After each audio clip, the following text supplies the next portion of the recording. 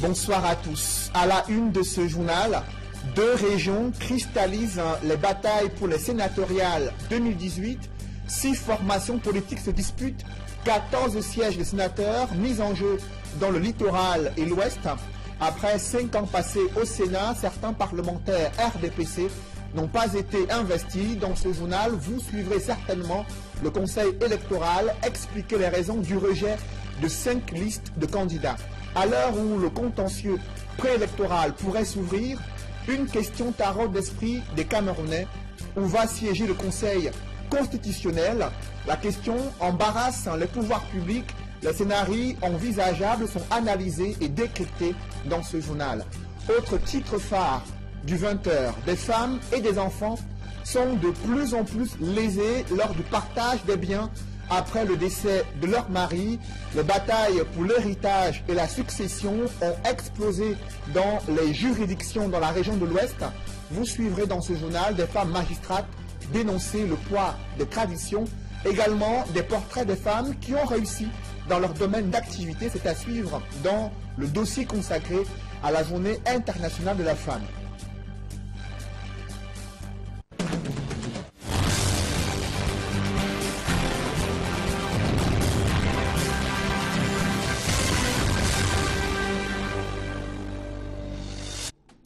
Merci de suivre cette édition complète de l'information sur Equinox Télévision. 2 régions cristallisent déjà ces batailles pour les sénatoriales prévues le 25 mars prochain. Il s'agit du littoral et de l'Ouest, 2 régions où 6 formations politiques se disputent. 14 sièges de sénateurs mis en jeu pour ces sénatoriales 2018. Et après 5 ans passés au Sénat, certains parlementaires RDPC n'ont pas été investis. C'est du moins ce qui ressort de la publication de la liste des candidats pour les sénatoriales 2018. Et le Conseil électoral a tenu à s'expliquer sur le rejet de 5 listes de candidats. Des précisions avec Guy Zogo dans ce reportage. Le jour des résultats, pour gagner le droit de concourir au sénatorial, Elekama a pris son temps pour délivrer la liste des admis. Un conseil électoral qui a tiré en longueur a précédé la publication des listes. Il en ressort la sanction suivante. Le conseil électoral a réussi 42 listes de candidats. Après examen, 36 listes ont été acceptées, 5 rejetées et le conseil électoral a enregistré un désistement du parti politique dans la région du centre. Dans le détail, le RDPC et l'UNDP sont les seuls partis devant concourir au scrutin sénatorial dans les 10 régions. Le SDF, qui les talonnait dans 9 régions, recule d'une unité après son désistement dans le centre. Quant aux recalés, Elekam précise les voies de recours qui s'offrent à eux.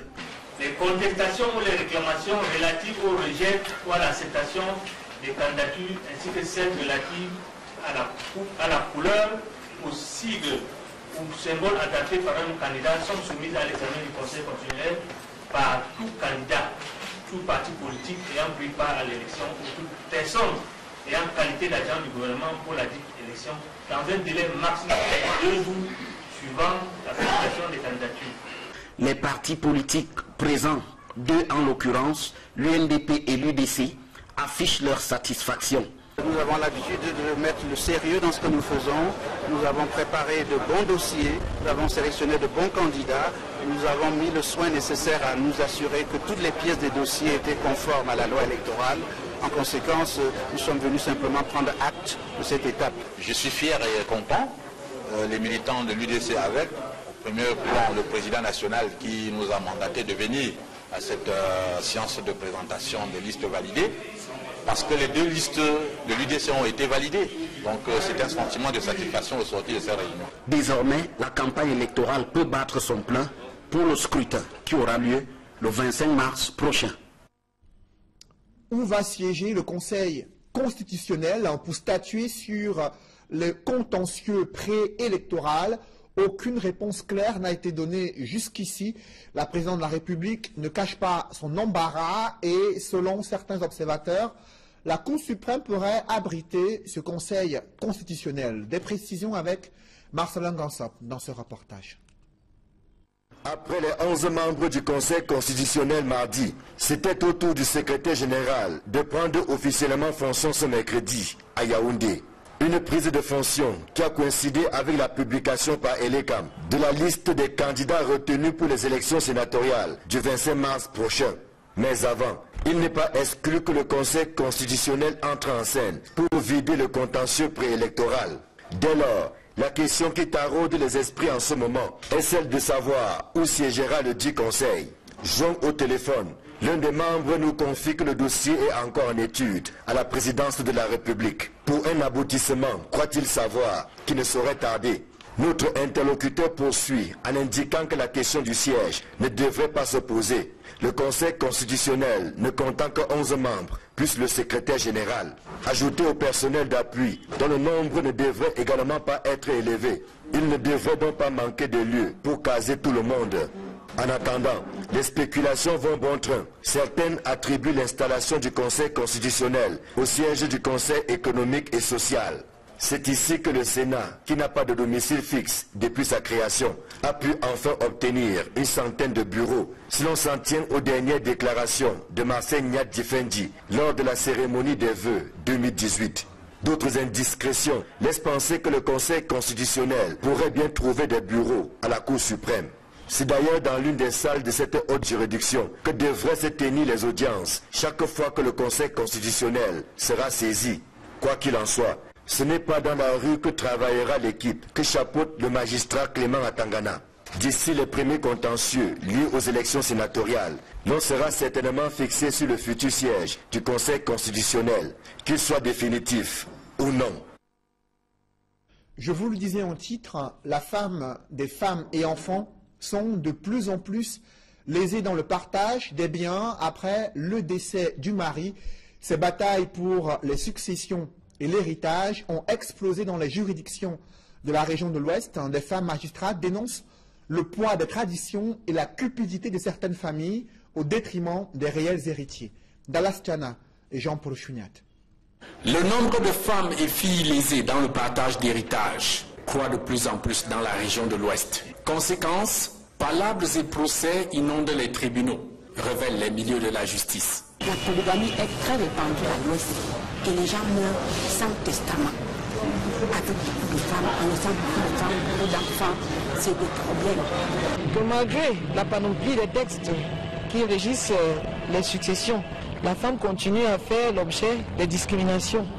Et ces discriminations sont plus remarquées du côté de la coutume.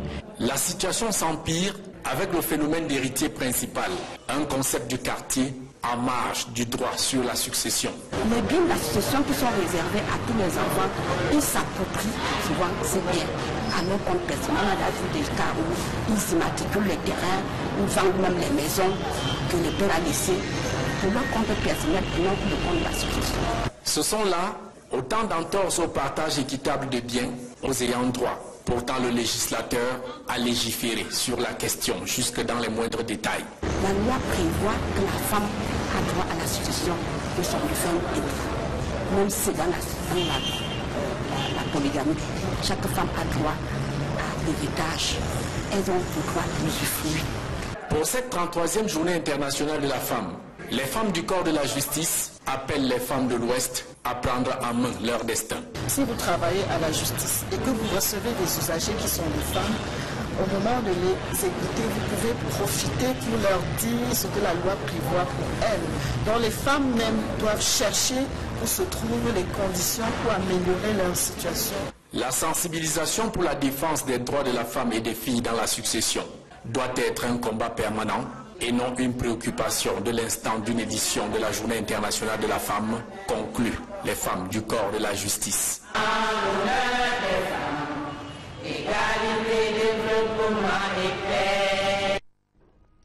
Dans la préfectorale, l'administration territoriale se féminise. Cécile Biélé est sous-préfet de l'arrondissement de Biouha dans le département du Nyong-Ekele. Malgré l'enclavement de cette localité et l'insuffisance des infrastructures, cette femme, chef de terre, reste déterminée à valoriser cet arrondissement. Reportage Joël Niem et Gladys Sidi. Comment gérer le commandement et la vie de famille dans un arrondissement qui peine à sortir du sous-développement, de l'absence de route et de manque de bureaux administratifs?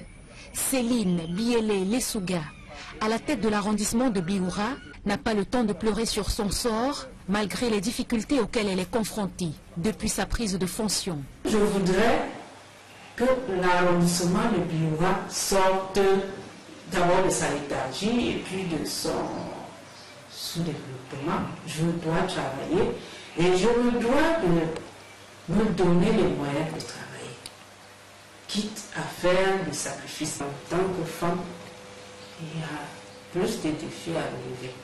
Donc cela appelle à une organisation très rigoureuse. Donc j'essaie de faire la part des choses entre le travail qui m'interpelle dans le cadre du commandement et le travail qui m'interpelle dans le cadre du foyer. Avant d'être sous-préfet, je suis une épouse, je suis une mère. Le sous-préfet de Bioura ne s'est pas retrouvé là par hasard. Très exigeante envers elle-même dans la vie de tous les jours, Madame le sous-préfet de Bioura a un réel amour pour son métier. On ne vient pas au commandement par dépit, on ne vient pas au commandement faute de mieux, on vient au commandement par conviction. Il faut que j'ai aimé ce travail que je fais pour prendre sur moi de partir de ma résidence à 1h du matin, laissant enfants et époux pour aller pourchasser des contrevenants à une décision, et j'accorde une très bonne marge aux imprévus. Parce que vous allez souvent entendre demander à un sous-préfet comment se porte son unité. Il va toujours vous répondre, l'unité se porte relativement bien. Donc nous relativisons toujours, parce qu'à tout moment, un événement vient bouleverser tout ce que vous aviez cru avoir arrangé. C'est pratiquement un travail de guerrière qu'elle abat au quotidien, malgré les moyens réduits dont elle dispose. Nous n'avons pas d'outils de travail adaptés. Nous n'avons pas de machines, nous on appelle visuellement. Les fonctionnaires affectés à Bioura ne peuvent pas se loger décemment. Ils sont obligés de partir, qui des Écarts, qui des Yaoundé, qui de Douala pour venir travailler. Je rencontre une difficulté qui est particulière au département. C'est-à-dire que les populations ont du mal à s'arrimer. La malgache a du mal à prendre. Donc j'ai un problème avec les mentalités de mes populations. Situé dans le département du Nyong-Ekeli, dans la région du centre, l'arrondissement de Bioura est un grand bassin de production agricole. Céline Biélé-Lesouga occupe les fonctions de sous-préfet de Bioura depuis le 22 mai 2017. Vous l'avez vu, elles sont nombreuses ces femmes qui, de plus en plus, embrassent des métiers réservés jusqu'ici aux hommes, ingénieurs dans le domaine du génie industriel, mais aussi spécialistes des questions de sécurité, d'hygiène et d'environnement. Elles sont également au sein des postes de direction du Douala International Terminal, deux dames du DIT qui ont choisi de partager leur expérience et leur quotidien professionnel avec nos reporters. Reportage. Isabelle Michel ne contemple pas l'engin. Elle donne les directives à son collaborateur pour son utilisation. À 33 ans, l'ingénieur du génie industriel, rencontré en zone portuaire à Douala, s'occupe du département technique de DIT, Douala International Terminal. Je suis Isabelle Michel Pachon-Vundi, ingénieure de formation. Je suis maman d'une petite fille de 3 ans. J'ai été formée à l'Institut UCAC-ICAM. J'ai fait mes 2 premières années à Pointe-Noire, mais essentiellement de la 3e à la dernière année ici à Douala sur le campus du Cameroun. J'ai bénéficié d'une bourse de formation du groupe Bolloré en 2004, de 2004 jusqu'en 2007, année de ma diplomation. Et depuis 2014, j'ai rejoint DIT comme directeur technique. Isabelle Michel est une passionnée du métier qu'elle a choisi. Une passion née de l'activité que menait déjà son géniteur. Mais ce qui m'a passionné, c'est mon père. Je l'ai vu faire. Il était directeur technique, ingénieur polytechnicien formé au Cameroun comme moi. Et il m'a tout de suite transmis la passion de ce métier. Sur le terrain des opérations comme au bureau, le directeur technique organise son travail dans un département composé en majorité d'hommes. Donc il faut démystifier ce genre de métier. Homme comme femme, dès que vous avez de l'intelligence, dès que vous savez comment faire votre métier, vous pouvez le faire. Il n'y a pas de métier pour moi dit d'homme. Quand on parle de manipulation de moteur, d'engin, on peut se dire il faut du muscle, il faut de la force physique pour pouvoir travailler. Mais non, ce n'est pas le muscle qui porte le moteur. Pour s'en sortir et au-delà de ses compétences, Isabelle est appelée à manier le bâton et la carotte pour mieux gérer ses collaborateurs afin d'atteindre ses objectifs. Il ne suffit pas de les brimer, il ne s'agit pas de venir jouer au grand chef, non. Vous leur montrez que vous connaissez le métier, vous savez de quoi vous parlez, vous pouvez les accompagner, les leader, être des coachs pour eux, les accompagner dans leur formation et dans leur propre parcours professionnel. Ainsi, ils vous accordent toute votre attention, toute leur attention et toute leur confiance. Alors que la femme est à l'honneur au cours de ce mois de mars, cette maman d'une fillette de 3 ans parvient à concilier sa vie professionnelle et sa vie de famille. Je reste directeur technique, ingénieur, maintenancier, ce que vous voulez dans le cadre de mes fonctions ou à l'intérieur du site de DIT. Mais dès que je traverse le portail, quand je rentre à la maison, ma petite fille de 3 ans ne cherche pas à savoir si je suis ingénieur, si je suis directeur. Si elle veut que je l'aide à faire ses devoirs, je dois l'aider à faire ses devoirs. Isabelle Michel n'est donc pas la seule à exercer le métier dit d'homme. Viviane Mbe Ewolo est chef de département qualité, sécurité et environnement à BIT, Douala International Terminal. Je me retrouve dans ce genre de métier quand même pendant mon enfance. J'ai toujours été dans le fait des choses que j'étais toujours femme. Parce que le bac, j'ai fait le géologie et mine. À l'université licence, j'ai fait aussi le géologie et mine. Et quand mon deuxième degré, j'ai fait le petroleum engineering. Et j'étais la première fille, j'étais la seule fille dans ces classes. Cette autre femme, pétrie de connaissances, parcourt tous les postes de contrôle de la zone portuaire pour s'assurer du respect des règles de qualité, hygiène et sécurité environnement. Une tâche implémentée par des hommes. Dans mon département, je coordonne 9 personnes. Je m'en sors avec les hommes parce que quand je les regarde, en face de moi, ce n'est pas les hommes, ce sont les collaborateurs.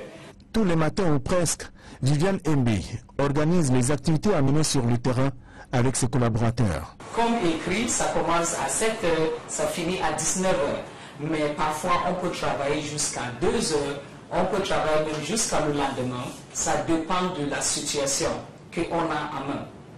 C'est dans une ambiance de respect mutuel que les activités se déroulent dans ce département dirigé par une femme. Cette mère de 3 enfants qui n'oublie pas ses obligations conjugales.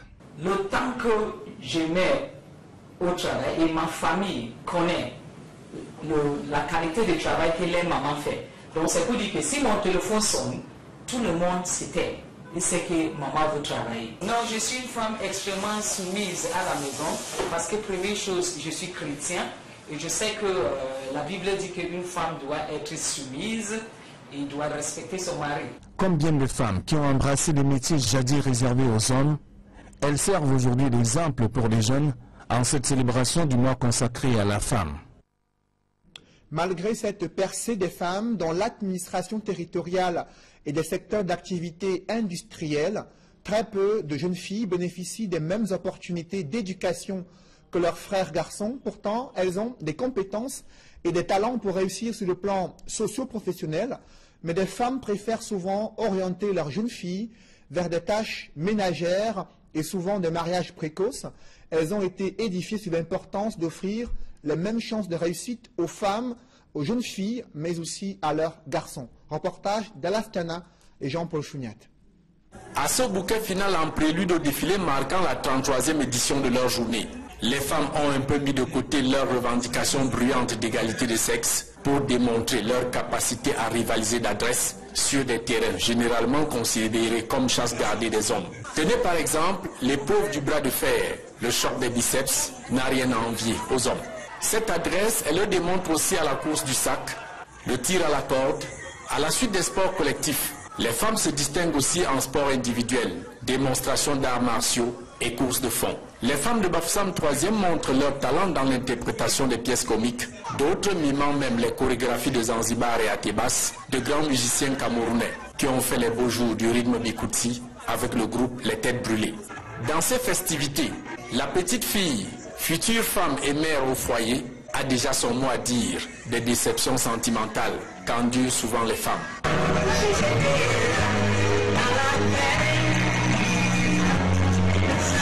La différence qui est faite au sein des familles entre les garçons et les filles, cette journée nous permet de présenter ça afin que des changements puissent être apportés. Ce sont là aussi autant de prouesses qui émeuvent la première dame de la région de l'Ouest. And I've seen that the organization here is wonderful. And so I want that women, what they have led, they should carry forward with it. Et pour récompenser les efforts de toutes ces braves et vaillantes femmes, elles reçoivent trophées et enveloppes en guise d'encouragement pour les éditions futures. Le seul et grand moyen pour les femmes de s'épanouir, c'est d'être en activité. C'est la raison pour laquelle on a estimé qu'en mettant le sport au-delà, on allait toucher le grand nombre de personnes et faire passer le message qui était le nôtre. Clôturant cette semaine d'activité, les femmes de l'arrondissement de Bafoussam 3e promettent de festoyer en toute dignité et responsabilité le soir du 8 mars, apothéose de célébration de la 33e journée internationale de la femme. Dans l'actualité, le Cameroun continue de s'éloigner des routes de l'émergence économique. La sous-consommation du budget d'investissement public et la mauvaise exécution des projets continuent de plomber les ambitions du pays. 50% de ces projets en question sont immatures. La faute à l'incapacité de certaines administrations à pouvoir concevoir et réaliser des études de faisabilité de ces projets de développement. Des experts du ministère de l'économie ont été conviés pour corriger dans l'urgence ces différentes anomalies. Reportage, Élisée Bokba et Marcelin Gansop. Le directeur de l'économie et de la programmation des investissements publics n'est pas allé du dos de la cuillère pour indiquer que la moitié des projets et activités programmés au Cameroun souffrent d'une absence criante de maturité, qu'il s'agisse des études, des constructions, des réhabilitations, des aménagements, que des acquisitions d'équipements. C'est quasiment la même rengaine. À titre d'illustration, sur les 1752 projets et activités d'investissement programmés sur la période 2018-2020, à peine 50% sont complètement matures. 24,5% présentent une maturité partielle, pendant que 24% jouissent d'une maturation qui n'est même pas encore amorcée. On comprend dès lors pourquoi l'exécution du BIP piétine d'un exercice à un autre, avec des pratiques devenues récurrentes, telles que l'abandon des chantiers, la sous-consommation du budget d'investissement public, la multiplication des avenants, ainsi que des rallonges de délais. C'est donc pour inverser cette courbe et donner au projet plus de chances d'aboutir que le ministère de l'économie a décidé d'accompagner les différentes administrations dans le processus de maturation de leurs projets sur le triple plan technique, administratif et financier. C'est un accompagnement qui se veut permanent, sans constituer un obstacle au déploiement des divisions des études et des directions des affaires générales, des administrations et autres institutions publiques concernées. Par leur travail, les experts du MINEPAT doivent, entre autres, contribuer à l'identification et au montage des projets, appuyer la préparation des éléments de maturité et vulgariser les normes et procédures publiques de maturation des projets au sein des différentes administrations. L'objectif final étant d'améliorer la performance des projets d'investissement public au Cameroun. Cela passe par la mise à disposition de suffisamment de moyens, autant matériels que financiers, dédiés justement à la maturation des projets. C'est l'un des freins qui justifie le faible taux de maturité, qui tourne autour de 50%. C'est un sujet tabou chez des couples camerounais. La faiblesse sexuelle et bien sûr l'absence de désir sexuel sont souvent des sources de conflits et de séparation. Très peu savent que ces problèmes d'ordre sexuel sont la conséquence de l'hypertension et de l'obésité. Les médecins révèlent que des hommes hypertendus et victimes d'obésité sont confrontés à ces réalités. Farel Bounia et Flavien Valondongo. Des populations noires qui souffrent de l'hypertension et grave en cœur de l'obésité sont pour la plupart victimes de dysfonctions érectiles. Ça affecte le système nerveux, la fonction érectile et même la circulation du sang au niveau des artères qui assurent l'orgasme. Donc l'obésité aura un impact direct sur le dépôt des graisses au niveau des artères péniennes qui irriguent les verges. Donc c'est vraiment une maladie qui affecte la sexualité et ça favorise également le développement de l'hypertension, du diabète, qui sont des facteurs établis aujourd'hui des troubles d'érection chez l'homme. Les médecins qui le révèlent soulignent par la suite que des facteurs de risque des maladies cardiovasculaires n'ont pas que l'impact négatif sur la sexualité masculine, mais également chez la femme. 80% souffrent de ce qu'on appelle le syndrome d'apnée de sommeil. En journée, elles somnolent et consomment des boissons sucrées pour rester éveillées et ça augmente le risque de diabète chez elles, le risque d'hypertension et ça affecte l'humeur. Et l'humeur, une fois affectée, elles n'ont plus le désir de sexe. La plupart du temps, c'est des femmes qui ont un désintérêt pour le sexe. Et une fois que l'obésité est corrigée, elles retrouvent toute leur vitalité, tout leur engouement. Pour les psychiatres, les causes des dysfonctions érectiles chez la personne qui souffre de l'hypertension ou de l'obésité, elles sont aussi psychologiques, d'où la présence massive et régulière des hommes chez les urologues. On arrive souvent chez l'urologue ou chez le gynécologue en disant « j'ai des difficultés érectiles, j'ai des difficultés à avoir l'orgasme, mon épouse n'est pas satisfaite ». Mais la base a souvent été négligée 5-10 ans auparavant. Donc le vrai travail est dans la prévention et quand la maladie est déjà là, de prévenir ses conséquences. Éviter ces maladies métaboliques, c'est respecter les prescriptions médicales. C'est un problème actuellement bien connu, bien codifié. On sait qu'un diabétique, le diabète se complique des troubles microvasculaires, des neuropathies qui peuvent affecter l'érection. Donc il y a énormément de situations dues à ces maladies métaboliques, mais réversibles bien sûr. C'est donc là l'une des missions de la Fondation camerounaise du cœur, elle qui ne souhaite plus entendre les pleurs des hommes victimes de dysfonctions érectiles. La pratique du sport, et selon les médecins, reste le premier médicament contre la perte de performance sexuelle chez l'homme. Ils ont pour principale mission défendre les populations contre les assaillants séparatistes dans les régions anglophones et la secte islamiste Boko Haram à l'extrême nord du Cameroun. Les nouveaux commandants des régions militaires et légions de gendarmerie ont été installés ce jour à Douala en présence du ministre chargé de la Défense. Des précisions avec Julienne Berthe-Bissaye et Innocent Abega. Le Cameroun est en guerre. Les régions du nord-ouest, du sud-ouest et de l'extrême nord sont de plus en plus le théâtre des affres des séparatistes et de la secte islamiste Boko Haram. Pour mettre fin à leurs exactions, le ministre délégué à la présidence chargé de la Défense, Joseph Betty Assomo, a fait le déplacement à Douala pour installer les nouveaux responsables militaires redéployés sur le théâtre des opérations.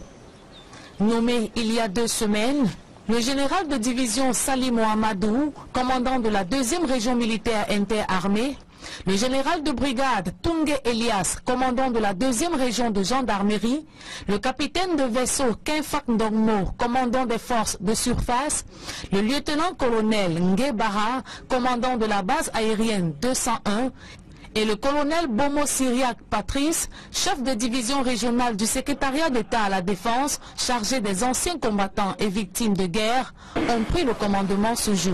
De par le président de la République, vous reconnaissez désormais pour votre chef, commandant la 2e région militaire interarmée,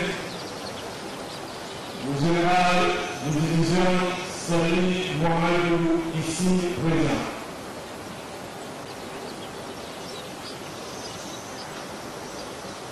Vous obéirez à tout ce qui vous commandera pour le bien du service, l'exécution des règlements militaires et l'observation des lois de la République du Cameroun.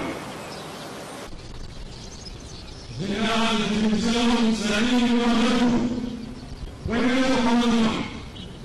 La deuxième région militaire du Cameroun, un commandement.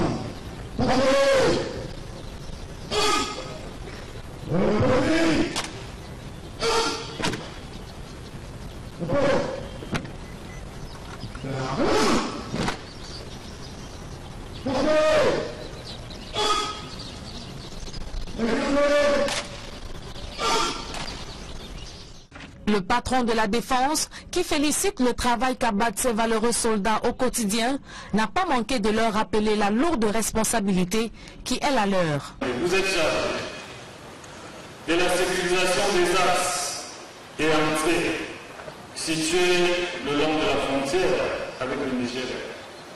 La planification en liaison avec le corps réunion de l'exécution des missions de sécurité et de défense. Vous devez également mettre à la disposition de la justice, sans faiblesse, sans état d'âme ni complaisance, tous les hors-la-loi et les contrevenants aux lois de la République du Cameroun. Et mettre un terme aux comportements peu orthodoxes, notamment le racket des usagers de la voie publique. La deuxième région militaire interarmée Rémia 2, qui couvrait jusqu'ici les régions administratives du littoral, sud-ouest, ouest et nord-ouest, avec poste de commandement à Douala, couvre désormais les régions du littoral et du sud-ouest. Dans l'escale internationale, Joseph Kabila, de plus en plus isolé, continue de s'accrocher au pouvoir. Le chef de l'État congolais a lancé une diplomatie offensive auprès de ses pairs de la sous-région des Grands Lacs. Objectif, expliquer les raisons de son maintien au pouvoir. Pourtant, son mandat présidentiel a pris fin en décembre 2016. Explication avec Serge Alain Otou. 15 années au pouvoir pour Joseph Kabila, c'est insignifiant à côté du nombre d'années passées par certains de ses pairs d'Afrique centrale et australe.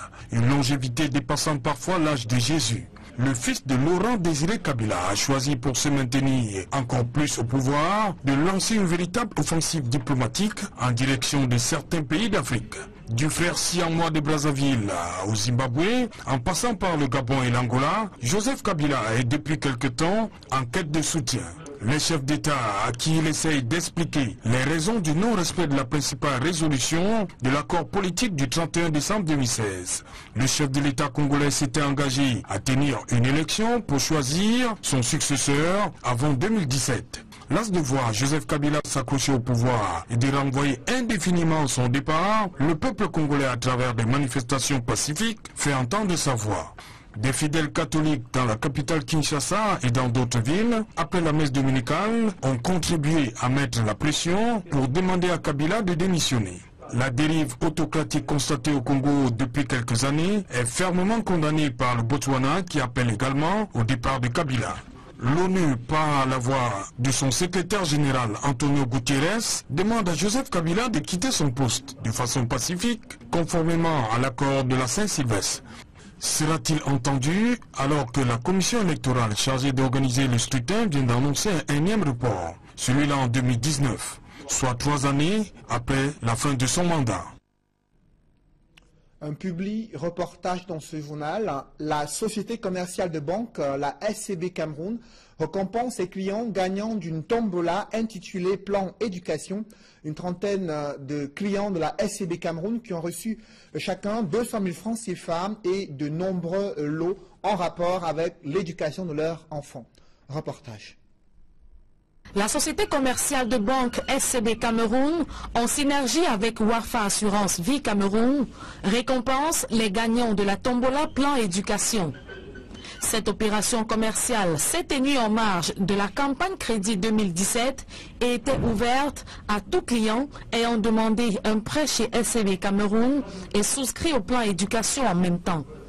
Les 30 gagnants, sélectionnés au terme de 3 tirages distincts, reçoivent des mains des directeurs un chèque de 200 000 francs CFA, accompagné d'un shopping bag bien fourni et d'autres gadgets. La société commerciale de banque SCB Cameroun, qui constitue le premier réseau le plus dense du pays, se veut toujours près de sa clientèle. Nous fêtons aujourd'hui donc un événement heureux. Comme vous le savez très bien, donc on a lancé un challenge au début de la rentrée scolaire pour tous ceux qui ont pris un crédit bancaire, et on a mis en place donc un tombola qui permet à 30 personnes avec un chèque de 200 000 par personne, donc de bénéficier d'un produit de plan éducation, donc quand il est associé au crédit bancaire. C'est une occasion pour nous de manifester notre volonté aujourd'hui de nous installer définitivement en tant que banque innovante, en tant que banque qui est proche de son client, en tant que banque qui apporte des solutions, je dirais, à moyen terme et long terme à notre clientèle. Les heureux gagnants de la tombola Plan Éducation, surpris des résultats, se disent satisfaits. Je suis très ravi d'avoir gagné ce tombola parce que je n'y croyais pas au départ. Un jour, je suis allé voir mon gestionnaire, il m'a fait comprendre qu'il y avait quelque chose qui était très important. Il fallait souscrire par rapport à l'éducation de l'enfant. Je n'y croyais pas. Lorsque j'étais en salle, puisque je suis enseignant, le téléphone a sonné, il m'a dit que j'ai gagné. Je n'ai pas su comment et quand est-ce que j'ai gagné, mais j'étais tellement ravi. Lorsque je suis passé le voir, il m'a fait comprendre qu'effectivement j'étais parmi ceux qui ont gagné les 200 000 francs. Ça fait chaud au cœur et aujourd'hui c'est une réalité. Je me suis déplacé de Bafoussam pour Douala pour confirmer ce qu'il m'a dit et je crois que ma satisfaction est vraiment de taille. Wafa Assurance Vie Cameroun, filiale du groupe Wafa Assurance, ambitionne augmenter le taux de pénétration de l'assurance vie sur le marché SCB. Nous avons démarré nos activités sur deux catégories, on va dire, de produits assurance vie. La première catégorie étant l'épargne, à travers des produits comme Plan Éducation, produit pour lequel on est là aujourd'hui. Le deuxième produit, c'est un produit d'épargne retraite, âge d'or. Et un troisième produit de capitalisation qui est Capital Plus, un produit de placement et d'investissement. Nous avons des ambitions sur le marché camerounais, c'est d'augmenter le taux de pénétration de l'assurance vie dans un premier temps sur le marché de SCB ou la clientèle SCB Cameroun. Le plan éducation, produit épargne mis en place par Wafa Assurance Vie Cameroun, permet aux clients de constituer progressivement une économie de fonds au profit d'un enfant bénéficiaire. Cette épargne permettra ainsi à l'enfant de poursuivre ses études supérieures et facilitera son insertion dans la vie active. Avec la SCB Cameroun, l'avenir de vos enfants est assuré. Mesdames, Messieurs, c'est la fin de ce journal. Merci de l'avoir suivi. Je vous souhaite une bonne soirée sur Equinox Télévision.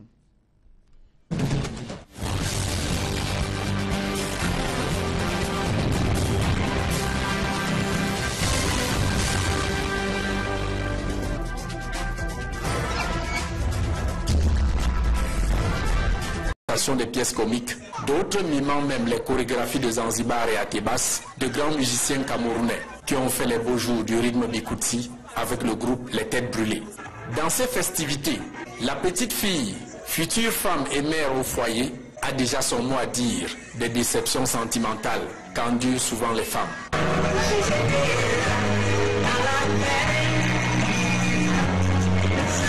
La différence qui est faite au sein des familles entre les garçons et les filles, cette journée nous permet de présenter ça et afin que des changements puissent être apportés.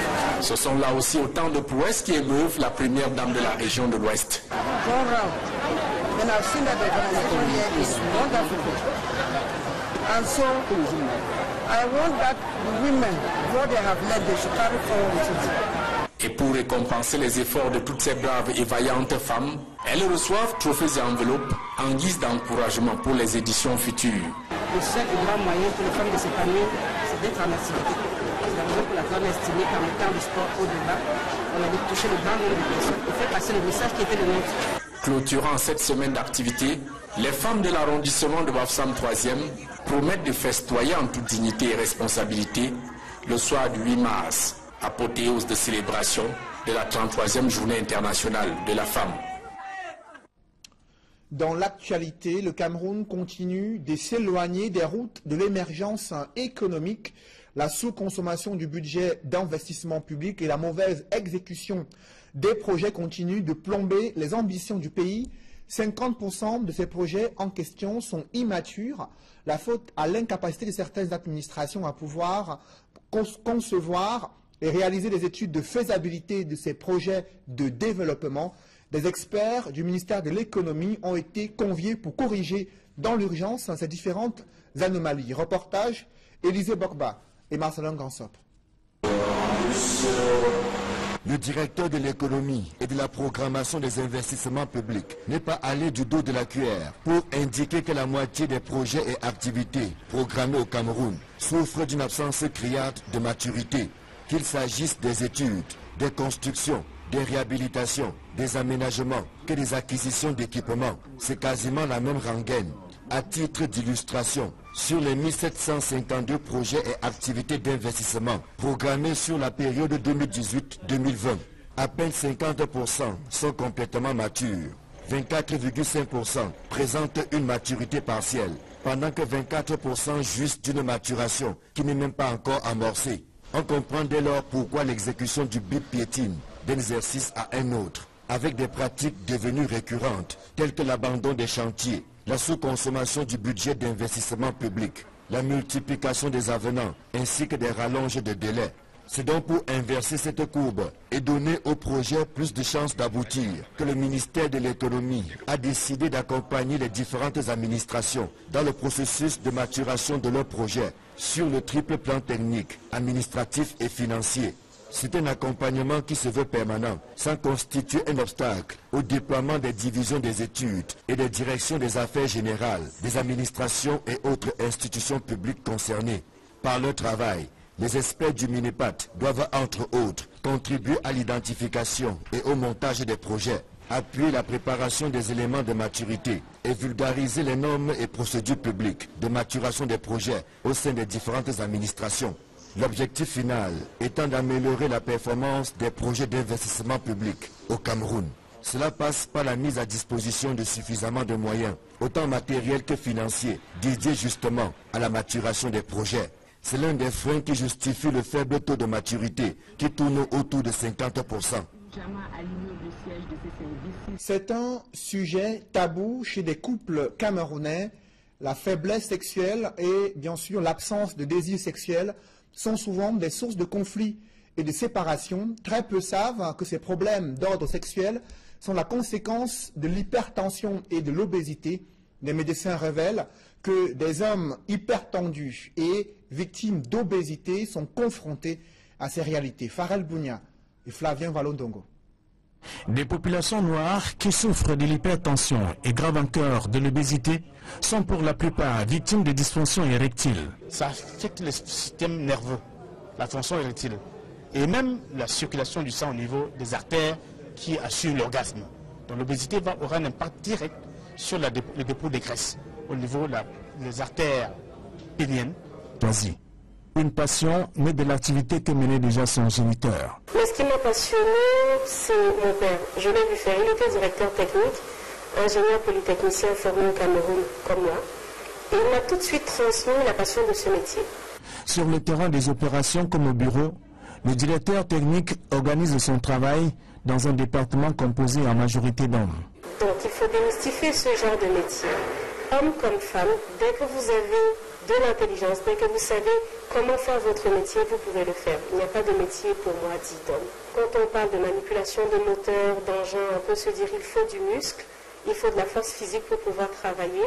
Mais non, ce n'est pas le muscle qui porte le moteur. Pour s'en sortir et au-delà de ses compétences, Isabelle est appelée à manier le bâton et la carotte pour mieux gérer ses collaborateurs afin d'atteindre ses objectifs. Il ne suffit pas de les brimer, il ne s'agit pas de venir jouer au grand chef, non. Vous leur montrez que vous connaissez le métier, vous savez de quoi vous parlez, vous pouvez les accompagner, les guider, être des coachs pour eux, les accompagner dans leur formation et dans leur propre parcours professionnel. Ainsi, ils vous accordent toute votre attention, toute leur attention et toute leur confiance. Alors que la femme est à l'honneur au cours de ce mois de mars, cette maman d'une fillette de 3 ans parvient à concilier sa vie professionnelle et sa vie de famille. Je reste directeur technique, ingénieur, maintenancier, ce que vous voulez dans le cadre de mes fonctions ou à l'intérieur du site de DIT. Mais dès que je traverse le portail, quand je rentre à la maison, ma petite fille de 3 ans ne cherche pas à savoir si je suis ingénieur, si je suis directeur. Si elle veut que je l'aide à faire ses devoirs, je dois l'aider à faire ses devoirs.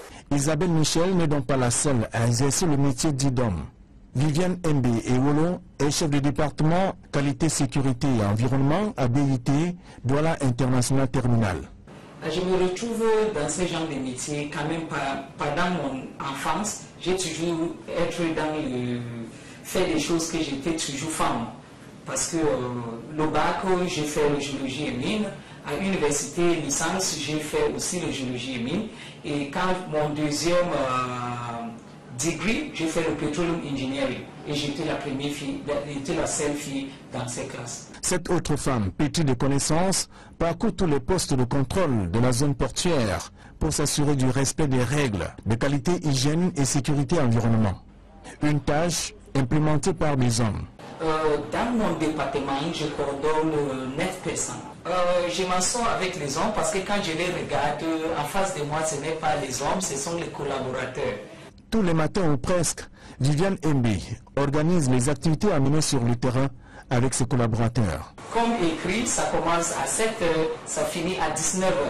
Mais parfois, on peut travailler jusqu'à 2 h, on peut travailler même jusqu'à le lendemain. Ça dépend de la situation qu'on a en main. C'est dans une ambiance de respect mutuel que les activités se déroulent dans ce département dirigé par une femme. Cette mère de 3 enfants qui n'oublie pas ses obligations conjugales. Le temps que je mets au travail et ma famille connaît la qualité de travail que les mamans font. Donc c'est pour dire que si mon téléphone sonne, tout le monde s'était. Et c'est que maman veut travailler. Non, je suis une femme extrêmement soumise à la maison parce que première chose, je suis chrétien et je sais que la Bible dit qu'une femme doit être soumise et doit respecter son mari. Combien de femmes qui ont embrassé des métiers jadis réservés aux hommes, elles servent aujourd'hui d'exemple pour les jeunes en cette célébration du mois consacré à la femme. Malgré cette percée des femmes dans l'administration territoriale et des secteurs d'activité industrielle, très peu de jeunes filles bénéficient des mêmes opportunités d'éducation que leurs frères garçons. Pourtant, elles ont des compétences et des talents pour réussir sur le plan socio-professionnel, mais des femmes préfèrent souvent orienter leurs jeunes filles vers des tâches ménagères et souvent des mariages précoces.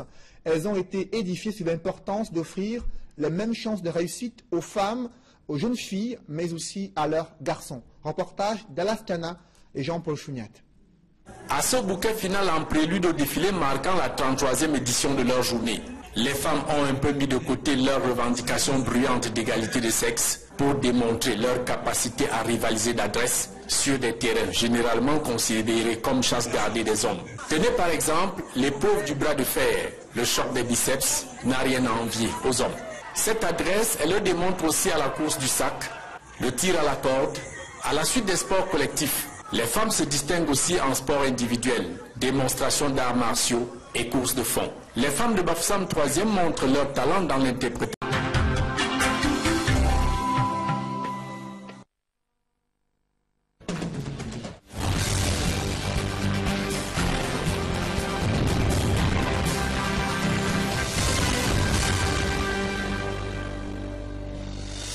Bonsoir à tous. À la une de ce journal, 2 régions cristallisent les batailles pour les sénatoriales 2018.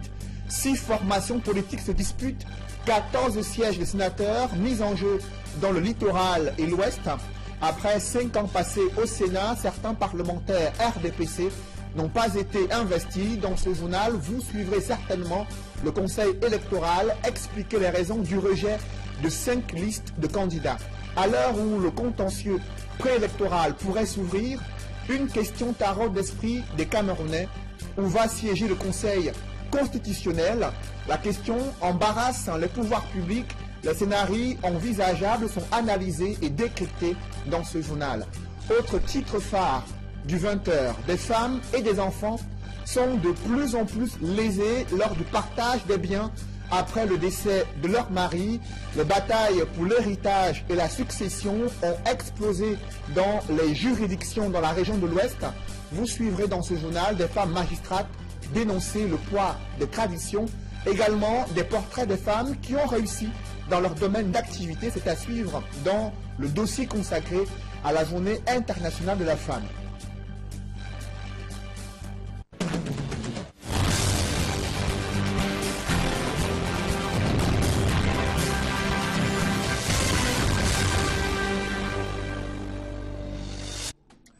Merci de suivre cette édition complète de l'information sur Equinox Télévision.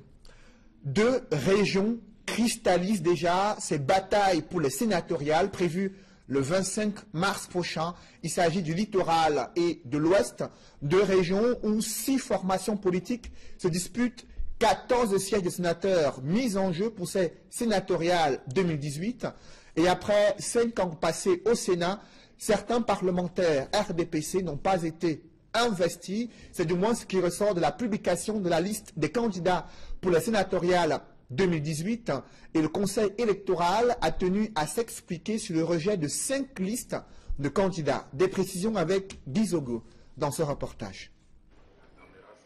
Le jour des résultats, pour gagner le droit de concourir au sénatorial, Elekama a pris son temps pour délivrer la liste des admis.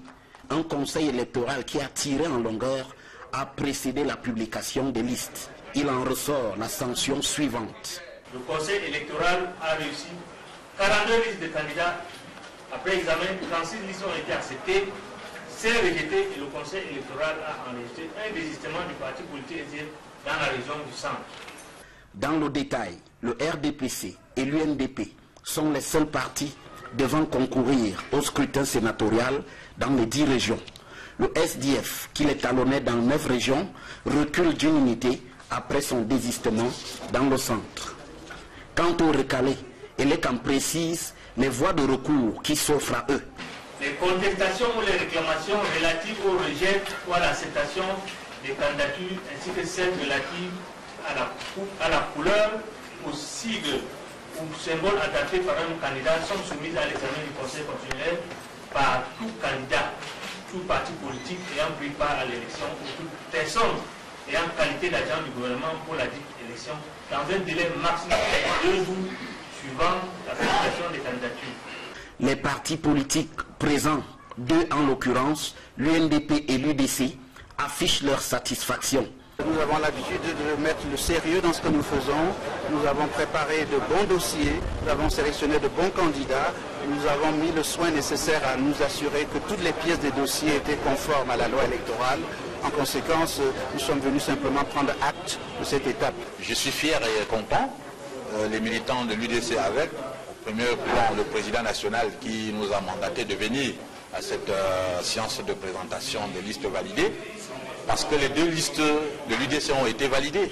Donc c'est un sentiment de satisfaction au sortir de ces réunions. Désormais, la campagne électorale peut battre son plein pour le scrutin qui aura lieu le 25 mars prochain. Où va siéger le Conseil constitutionnel pour statuer sur le contentieux préélectoral? Aucune réponse claire n'a été donnée jusqu'ici. La présidente de la République ne cache pas son embarras et, selon certains observateurs, Joël Niem et Gladys Sidi. Comment gérer le commandement et la vie de famille dans un arrondissement qui peine à sortir du sous-développement, de l'absence de route et de manque de bureaux administratifs?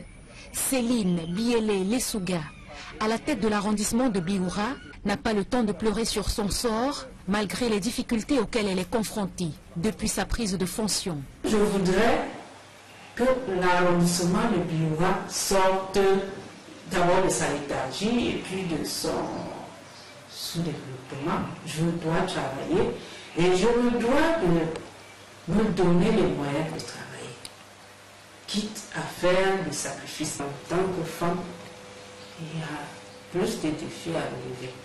Donc cela appelle à une organisation très rigoureuse. Donc j'essaie de faire la part des choses entre le travail qui m'interpelle dans le cadre du commandement et le travail qui m'interpelle dans le cadre du foyer.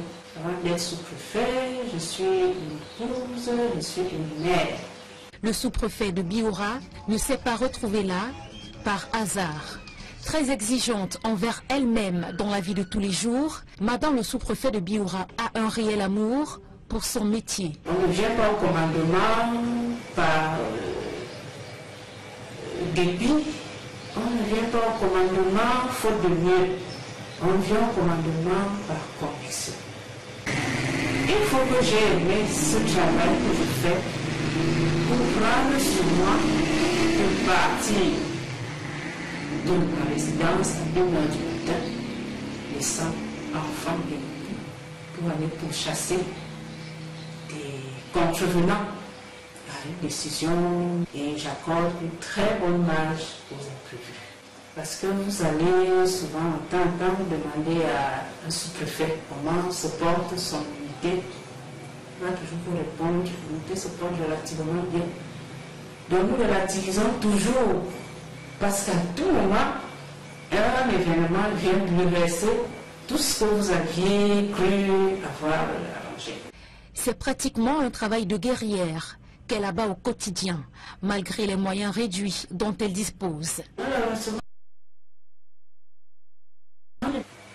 Nous n'avons pas d'outils de travail adaptés. Nous n'avons pas de machine, nous appelle littéralement. Les fonctionnaires affectés à Binois ne peuvent pas se loger décemment. Ils sont obligés de partir, qui des États, qui des Yaoundé, qui de Douala pour venir travailler. Je rencontre une difficulté qui est particulière au département. C'est-à-dire que les populations ont du mal à s'arrimer. La malgache a du mal à prendre. Donc j'ai un problème avec les mentalités de mes populations. Situé dans le département du Nyong-Ekeli, dans la région du centre, l'arrondissement de Bioura est un grand bassin de production agricole. Céline Biélé-Lesouga occupe les fonctions de sous-préfet de Bioura depuis le 22 mai 2017.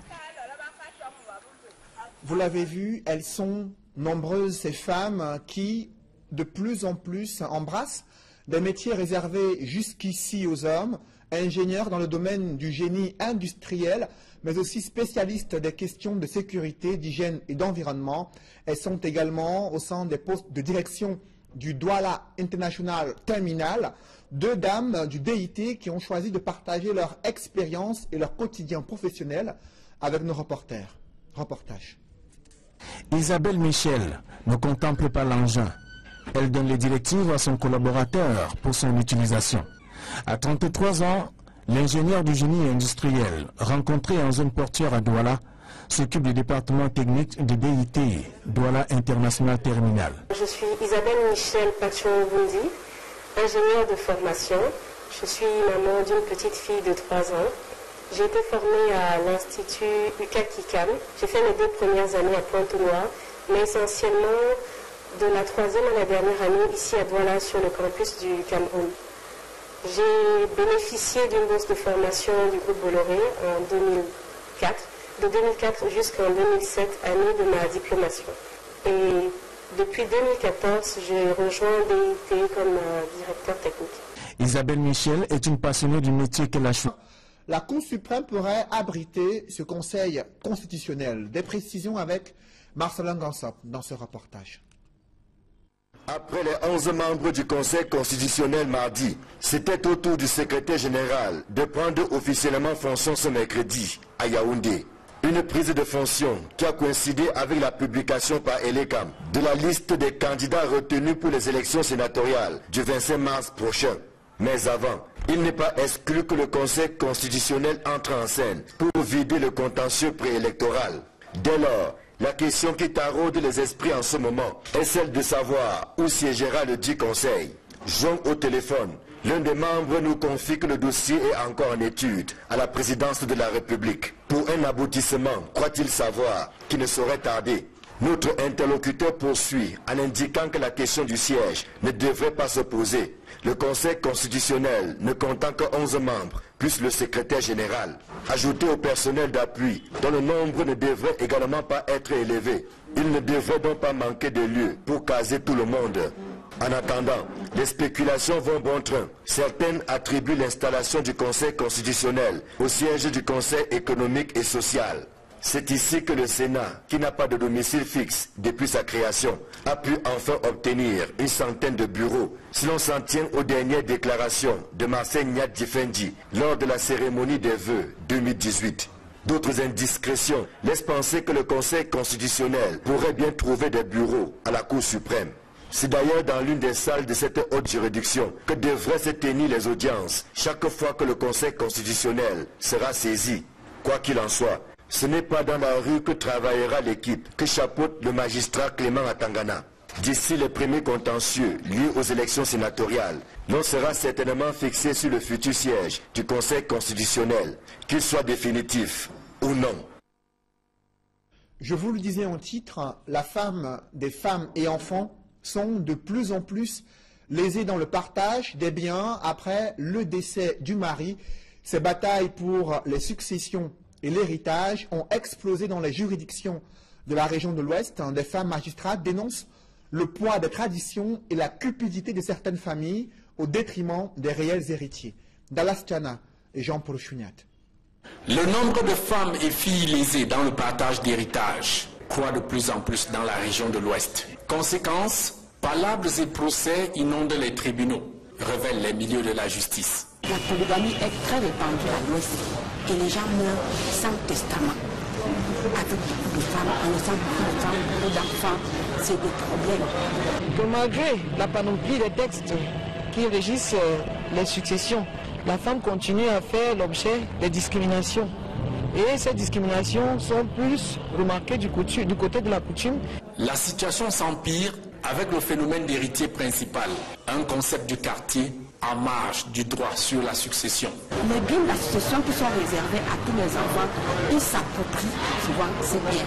À nos comptes personnels, on a vu des cas où ils immatriculent les terrains, ou vendent même les maisons que le père a laissées pour leur compte personnel et non pour le compte de la succession. Ce sont là autant d'entorses au partage équitable de biens aux ayants droit. Pourtant, le législateur a légiféré sur la question jusque dans les moindres détails. La loi prévoit que la femme a droit à la succession de son défunt époux. Même si dans la polygamie, chaque femme a droit à l'héritage. Elles ont le droit d'usufruire. Pour cette 33e journée internationale de la femme, les femmes du corps de la justice appellent les femmes de l'Ouest à prendre en main leur destin. Si vous travaillez à la justice et que vous recevez des usagers qui sont des femmes, au moment de les écouter, vous pouvez profiter pour leur dire ce que la loi prévoit pour elles. Donc les femmes même doivent chercher où se trouvent les conditions pour améliorer leur situation. La sensibilisation pour la défense des droits de la femme et des filles dans la succession doit être un combat permanent et non une préoccupation de l'instant d'une édition de la Journée internationale de la femme, conclut les femmes du corps de la justice.